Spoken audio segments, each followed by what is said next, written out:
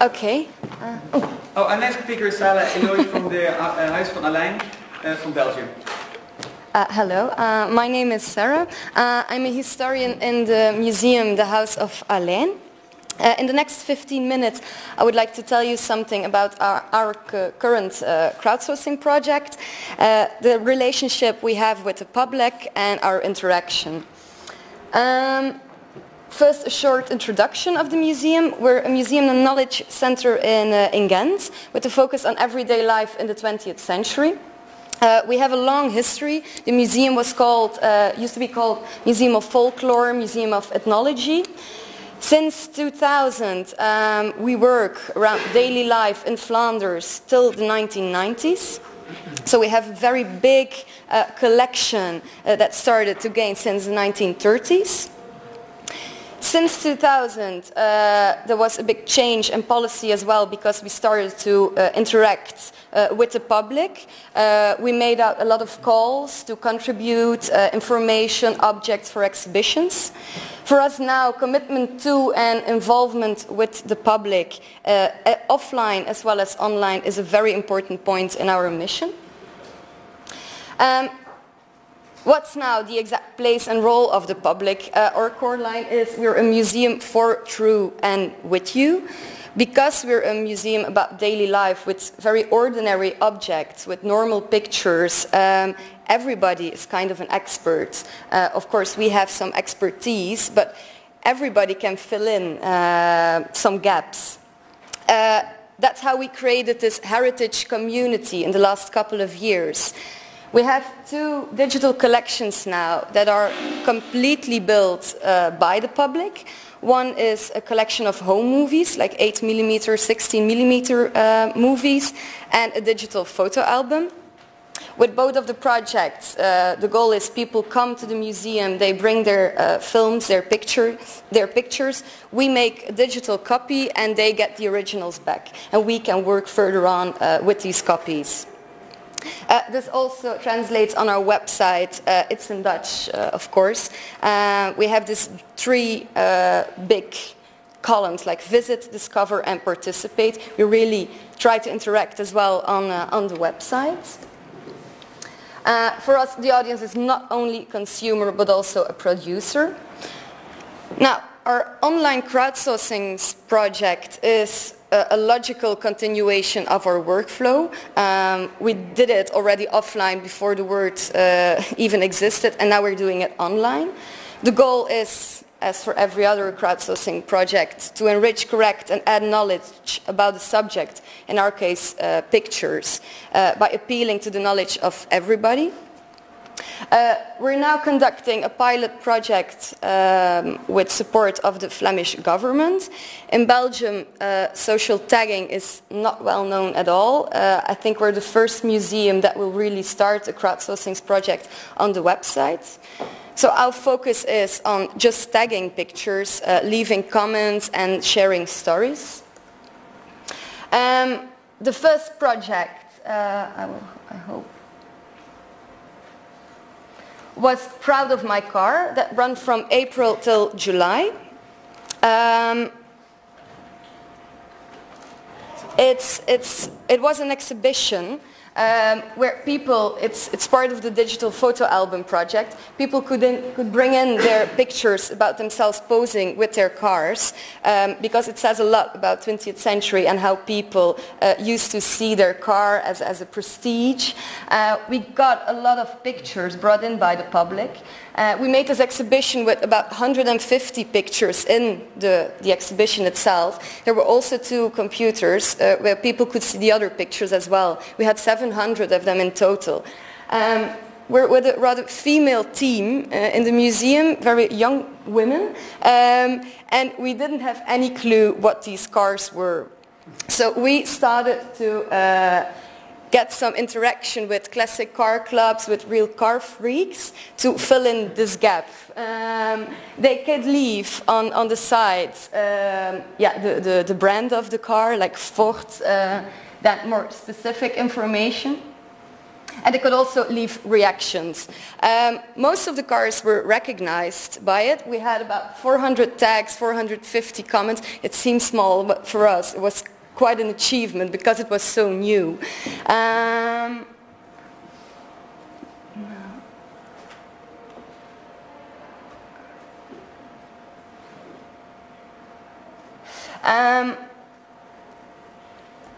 The other project is Super Tagger. You see I'm wearing this badge with the logo of it. It's an anonymous snapshot. It's running now, that project. This is a collection where we have no information about. These are pictures that we found in flea markets, that were brought in by people who didn't have any clue what was on it. I think we have about 40,000 pictures like that. If we, with our small team, would have to describe all these pictures in our database and then show it to the public, it would take years before we could show it. So we thought we'd turn it around. We just already put them on the website with no information at all. And we just let people describe and tag the pictures. But because it's a very diverse collection. It has holiday pictures, pictures from the 30s till the 80s, very diverse. It was harder to reach a specific audience. Like for the car clubs, it was quite easy. Now we needed to reach a very large audience. So we started up this promotion campaign, the Super Tagger campaign. We made a logo, flyers, we contacted the press, we got some press attention till now. And very important, in the first project with the cars, we noticed that there was a lot of, I will talk a bit louder, that we noticed that there were a lot of seniors that wanted to contribute, but they didn't have any idea how to do it. Tagging, they don't know what tagging is. They don't know how to register it on a site. They don't know what's the use of it. Everybody can see that there's a car on the photo. Why do I have to put car on the website? So we started to organize tag sessions. And it's very nice. We did some collaboration with organizations for seniors. In these tag sessions, I try to explain what... I'll try to explain what a tag is, what's the use for us as an institution, how do you describe pictures, and people are very enthusiastic about it. They really come to the sessions, they start tagging right away.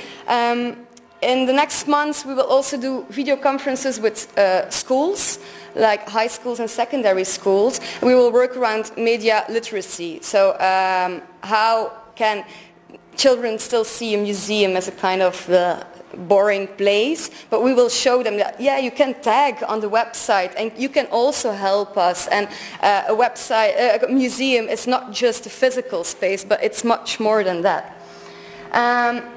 For now, in the Super Tagger project, it's running for 3 months now, almost. We have about, it's a bit more now, I think 4,000 tags on 1,000 pictures and a lot of comments. The comments are mostly more explanations or stories behind the pictures. People that recognize a certain place and start writing stories or memories about it. The tags are given by very diverse people, very young, very old, professionals. What I have to say as well is that in the beginning we noticed that people used to fill it in tags like complete sentences because they didn't know what a tag was. They tried to describe funny titles, to give funny titles to the pictures. Here you see some of the flyers we are handing out. So this is the front, this is the back. We didn't want to say like, this is a tag, that's how you do it. No, we just put a lot of tags on some pictures so that it would be very logical to people. Yeah, what's a tag?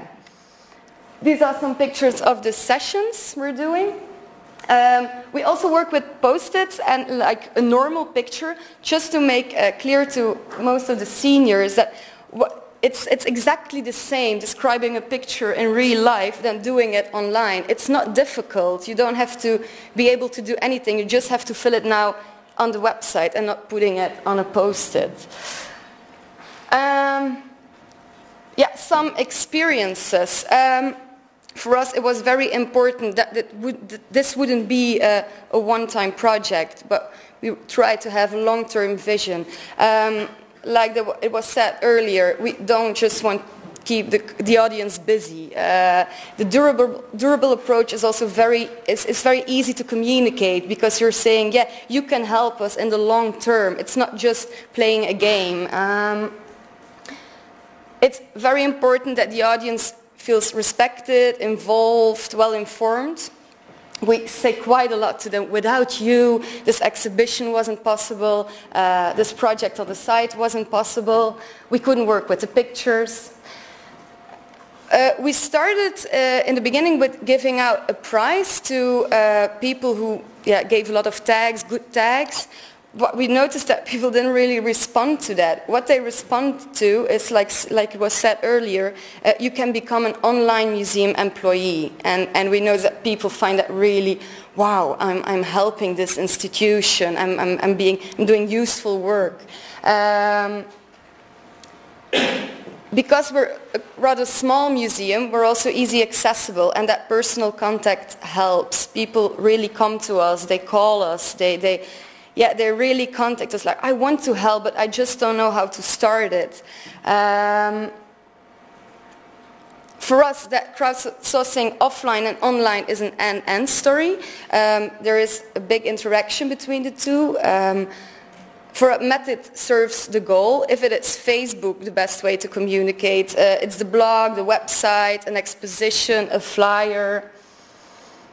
I want to conclude by saying that crowdsourcing projects are also possible and helpful for smaller GLAMs, with not one person responsible for the online activities. We're now with 9 persons that work, and there's not one person with an IT diploma. So it is possible. But it requires a big investment in time, resources and people. You also have to change the attitude. Online engagement has to be part of the workflow. It's at least as much work as offline participation. Promotion is very important, because nobody's waiting for a crowdsourcing project on your website. And you also, as a GLAM, have this role as an educator. Digital divide is a fact. Social tagging is, in Belgium at least, it's not well known. So you really have to get to people and get them introduced with tagging, with crowdsourcing. This is my email, so if people have questions afterwards, they can also send me a mail. Thank you.